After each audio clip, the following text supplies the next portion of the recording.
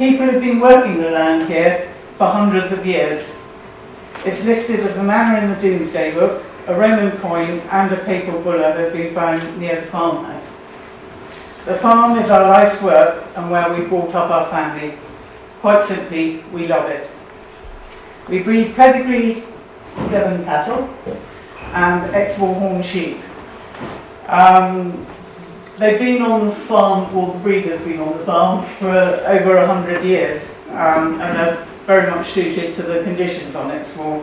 Sheep numbers especially have fallen dramatically on the common in the past 20 years or so, and purple moor grass and gorse taking over. If this trend carries on, it seems likely that the gorse will spread further and eventually trees will start to grow. Is that what we want to happen? Already there are trees actually coming up through the gorse in a lot of places. If not, what do we want and how do we achieve it? If you look closely, you can see a black area in the middle. Oh, can I use the pointer? Oh, I can. There and there. In the middle distance of the 2022 photo. There was a major fire about a month ago that was started by accident on the east side of Ilkerton Ridge and was put out by the fire brigade just in time to save both Shallowford Farm and a car that some walkers had parked in the parking area outside. The walkers were nearly cut off by the flames too, which were found by a strong easterly wind. The fire would have been far less severe about 30 years ago when the vegetation was very short, so the burn would have been less damaging for the soil and for wildlife too. Perhaps fire risk is another thing we ought to consider when we're deciding how to manage our moorlands and woodlands. Like many farmers, we've invested in renewable energy. We've got a 5 kilowatt wind turbine, which you can just see below 2020 there, and 4 kilowatts of solar panels and a biomass boiler. That's what the great big wood pile there is for. We think we need to have a holistic approach to global warming. Yes, we need to plant trees and sequester carbon through soils, but is Exmoor really the best place to do that? Because trees don't grow very fast on Exmoor. We've got very thin, stony soils that maybe not be able to sequester much more carbon anyway. And perhaps we ought to be looking to things that we can do better than other areas.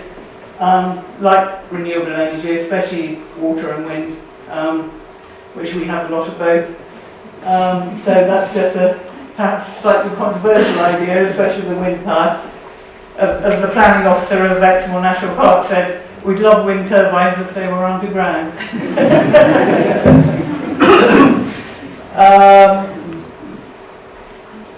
Right, so here we are on Butter Hill, looking down on our farm, which is, if I can work the pointer, there, and much more visible there, which just shows how many more trees there are really now than there were then.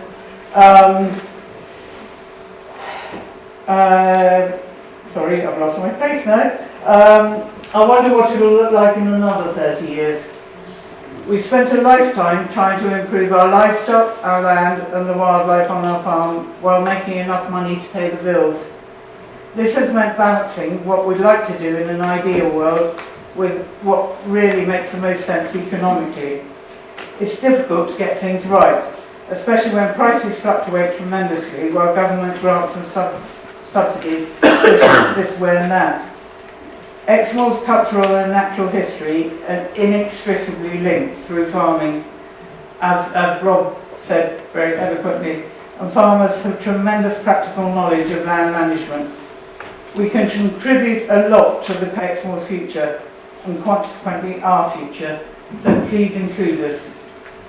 Fashions come and go and priorities change, but we must ensure that farming never becomes very last year.